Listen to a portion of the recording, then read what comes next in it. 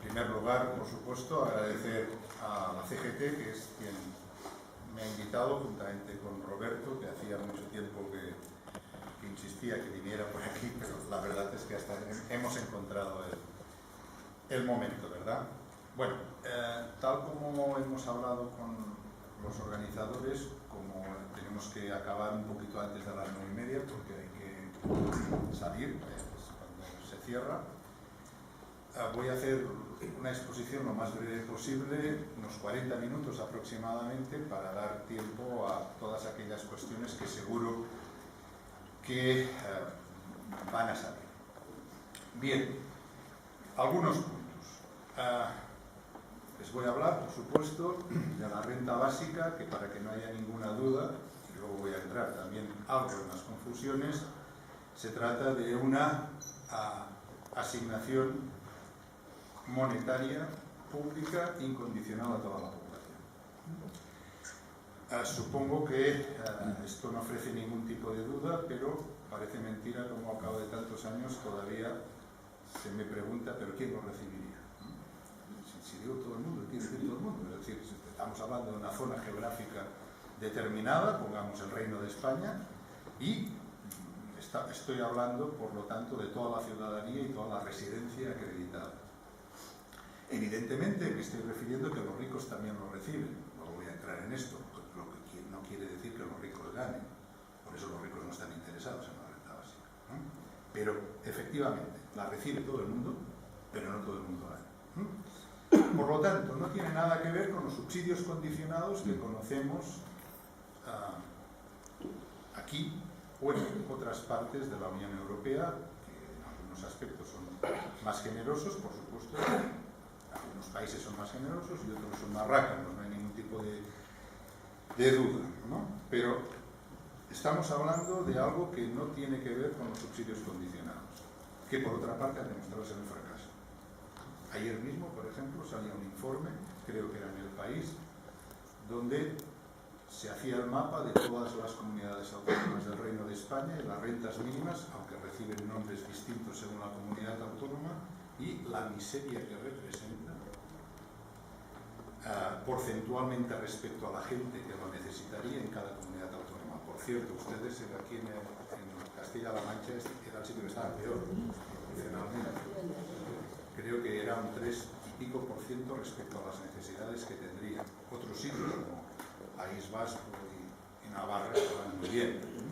Pero en cualquier caso, estamos hablando de algo que un Estado entero de forma centralizada, como el francés, que lo estuvo practicando antes que la primera comunidad autónoma, que fue la vasca, que lo puso en marcha, está haciendo un balance negativísimo de las rentas mínimas de inserción. Y ahora hay gente que las quiere arreglar en sus programas políticos, lo cual debería ser un motivo simplemente de reflexión, cómo querer arreglar algo que ya ha demostrado ser claramente malo. Malo por algunas razones que diré, o en todo caso muy defectuoso. Bien. Añade más confusión que dentro de estas rentas mínimas de inserción o subsidios condicionados hay dos comunidades autónomas, que son la extremeña y la andaluza, que en sus estatutos de autonomía hablan de una renta para pobres, evidentemente, como puede ser la que tienen ustedes o la que tenemos en Cataluña, pero le llaman renta básica. En el Estatuto de Autonomía de Andalucía y en el de Extremadura, pues, en un artículo determinado pone renta básica, pero si ustedes leen la definición, es la misma que pueden tener ustedes o la que puede tener Cataluña o la que puede tener Murcia, con otros nombres, pero es una insuficiencia de rentas, es decir, la recibirán aquellas personas que tengan o no lleguen a determinado nivel de renta o, en fin, otras condiciones, pero luego explicaré por qué el fracaso de los subsidios condicionados, ¿no? Pero bueno, vamos por partes. Les voy a hablar, por lo tanto, de renta básica, entendida, insisto, como una asignación pública monetaria incondicional a toda la población. Bien, a lo largo de estos últimos meses se han ido repitiendo algunas de las críticas que tradicionalmente había recibido esta propuesta. Digo a lo largo de los últimos meses porque, como ustedes saben, debido a que una organización política, Podemos, en las últimas elecciones europeas definía perfectamente bien, era perfectamente la definición de renta básica, la defendían las europeas, otra cosa es ahora cómo están las cosas, pero en aquellos momentos el hecho de defenderlo pues provocó o motivó que hubiera mucha atención por parte de medios de comunicación y por parte de, en fin, autores que no habían dedicado, digamos, la atención hasta aquellos momentos. No es que Podemos, ni mucho menos, fuera la primera fuerza política que defendía la renta básica. Antes, y todavía siguen defendiendo, organizaciones que en su zona geográfica son muy importantes, como Bildu en el País Vasco, o bien ANOVA en Galicia, ECU también, evidentemente es una formación con menos influencia en estos momentos, pero en cualquier caso ya era una propuesta que se había abierto paso en distintas organizaciones políticas y, por supuesto, en muchos movimientos sociales. Recuerden que el 15M tenía en algún momento como una de sus reivindicaciones fundamentales la renta básica incondicional. Bien, entonces, algunos de los debates que han salido se siguen repitiendo, en algunos casos realmente de forma insultante, como cosas de este tipo, que la gente no trabajaría, la gente no haría nada, mantendríamos a vagos, etc. Estas son cosas que quizá podemos entrar en la discusión. Pero sí que me gustaría entrar en otros aspectos de lo que se ha discutido a lo largo de estos últimos meses que me parecen muy importantes, ¿no? Una es la idea de que la renta básica, en fin, al fin y al cabo, solamente sería un paliativo, porque lo que es importante es conseguir pleno empleo. Lo que es importante es darle a la gente trabajo, que es lo que le da dignidad y esas cosas. No voy a entrar ahora de momento en aspectos filosófico-políticos como si es el trabajo el que da dignidad. El que da dignidad es la existencia material garantizada. No es el trabajo. Lo que pasa es que el trabajo es un medio para. Pero en cualquier caso, no es a eso a lo que voy, aspectos filosófico-políticos, sino aspectos muy prácticos, lo que podríamos decir aspectos estrictamente económicos, ¿no? ¿Qué quiere decir estar a favor del pleno empleo en un sitio, en una economía como la del Reino de España en el año 2015? O bien no enterarse de nada, que es una posibilidad que cada vez tengo más constatación de que esto es así, o bien simplemente estar repitiendo viejos esquemas como si el mundo no hubiera cambiado absolutamente nada en las últimas 3 o 4 décadas, ¿no? ¿Por qué les explico esto? Les explico esto porque esto, y creo que tú lo escuchaste en Salamanca también, porque son unos datos realmente impresionantes. Desde el año 78 al 2014, mejor dicho, porque ya tenemos datos del 2014, cojan todos los países de la OCDE, todos. Entonces, ordénenlos por los años que llevan más de un 15% de paro. Todos. Veamos cuál es la situación. Aquí, en el Reino de España, es el campeón mundial y con mucha ventaja respecto al segundo. Lleva 24 años, desde el año 78, con más del 15% de paro. Desde el año 78 no hace falta ser economista para entender que ha habido muchas fluctuaciones. No es que ahora haya mucho paro, que también lo hay, claro, evidentemente, por la situación no solamente de crisis económica, sino por las políticas económicas que se han puesto en marcha en los últimos años, pero también ha habido a lo largo de estos años momentos de bonanza económica indiscutiblemente, ¿no? Por lo tanto, estamos hablando de 24 años. El segundo estado, o la segunda economía de toda la OCDE es Irlanda, con 8 años simplemente, ¿eh? De 24 pasamos a 8. Y Grecia, por ejemplo, que parece ser que es el país de los horrores para muchos, solamente 3. Entonces, está repitiendo, incluso uno puede ser partidario del pleno empleo, yo, por ejemplo, ¿eh? Pero, ¿por qué oponer pleno empleo a renta básica? Renta básica es la solución, digamos, al mes siguiente de implantarse a toda una situación de pobreza impresionante, pero no solamente contra la pobreza, pero es una medida inmediata. En cambio, el pleno empleo, no hay nadie, incluso entre los más optimistas, que piense que va a llegar antes de 10 años.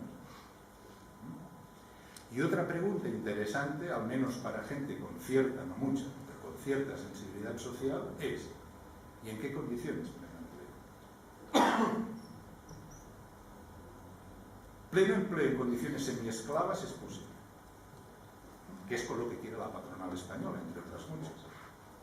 Es decir, pleno empleo, imagínense, más del 50% de paro juvenil, y como solución, ¿qué se propone? Pues se propone que se suprima, al menos en esta franja de edad hasta los 25 años, que se suprima el salario mínimo interprofesional. ¿Por qué? Porque entonces habría empresarios que estarían dispuestos a alquilar la fuerza de trabajo, a emplear a determinados jóvenes. Y claro, entonces te salen con esta idea de que, bueno, pues más vale trabajar con poco salario que no trabajar. Sí, claro. Puestos a esto, entre votar a Mussolini y Hitler, bueno, votemos a Mussolini, ¿no? Pero claro, entrar en esta lógica tan increíble, ¿no? En todo caso, no es tanto entre la caca y la porquería que escogemos, sino lo interesante es, ¿hay alguna cosa un poco mejor? Y digo pleno empleo en condiciones semiesclavas porque no son precisamente las condiciones en las que, entre otros, un economista muy conservador, John Maynard Keynes, preveía que en el año 2030, es decir, de aquí solamente 15 años, habría pleno empleo si conseguíamos unos niveles de productividad y unos niveles económicos como él se imaginaba que tendríamos en el 2030, pero daba por supuesto que todo el mundo trabajaría entonces 15 horas a la semana. Algo que no está en el programa de ningún partido que tenga aspiraciones parlamentarias.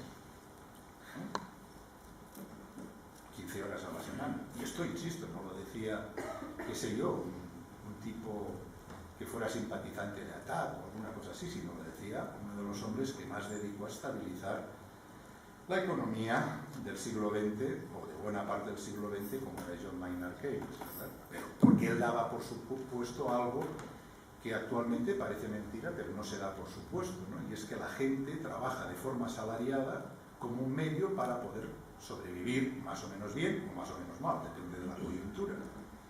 Pero el trabajo asalariado no es precisamente nada algo virtuoso, es algo que haces porque precisamente tienes la necesidad de hacerlo. No conozco a poca gente, incluso gente enamorada de su trabajo, ¿eh? Conozco a poca gente que cuando llega un día de fiesta dice qué lástima. Y cuando llega el día de trabajar, después de las vacaciones, tenía ganas. En algunos casos sí, por supuesto. Hay gente que disfruto trabajando con lo que hago, pero no puedo ser tan carcamal de pensar que la inmensa mayoría de personas está disfrutando con lo que hace, sino que lo está haciendo de forma instrumental para conseguir algo que es poder subsistir. Y otra cosa, aunque esto solo lo dejo apuntado. Por eso les decía que hay gente que está pensando en el pleno empleo como si el mundo se pudiera volver a recuperar el de hace 40 o 50 años, ¿no? Hay una cosa que es constante, y es cada vez empleos, y no necesariamente poco cualificados. Me estoy refiriendo, por ejemplo, a empleos como diseñadores de software, diseñadores de programas o complementos informáticos, o me estoy refiriendo a determinadas enseñanzas. Está previsto que en las próximas décadas, pero en las próximas quiere decir pocas décadas, no 3 o 4, vayan a desaparecer y vayan a ser mecanizadas. Hace relativamente poco salió un estudio que ha dado la vuelta al mundo, pero curiosamente no se le ha dado mucha popularidad. Ha salido, digo, un estudio de Oxford donde se pone del 0 al 1 las probabilidades que hay de muchísimos empleos, las probabilidades que tienen de ser mecanizados. Y la inmensa mayoría, evidentemente hay algunos que todavía no, pero la inmensa mayoría tienen muchas posibilidades, unos dentro de 5 años, otros de aquí 10 y otros de aquí a 15. Lo cual Hay quien podría pensar, qué malo. No, yo lo encuentro fantástico, que lo que antes podíamos hacer en 10 horas o necesitábamos 10 horas, ahora necesitemos un minuto. Esto es fantástico. Otra cosa es quién se beneficia de este inmenso incremento de productividad, ¿verdad? Este es el punto. Pero que haya mucha más productividad. Es decir, nadie creo que tenga ganas de decir, no, esto que producimos en 10 horas mejor que lo produzcamos en 200. Es simplemente ridículo, ¿no? Sino en todo caso es todo esto que beneficia al conjunto de la población. Este es en todo caso muy importante. Entonces, para finalizar este puntito, esto de volvamos al pleno empleo en una economía como la española, a no ser que estés hablando de largo plazo, y como decía este mismo de John Maynard Keynes, a largo plazo todos muertos, por lo tanto no importa mucho. Esto yo creo que es una cuestión de fe, esto no tiene nada que ver con ciencia, ni con economía, ni con nada que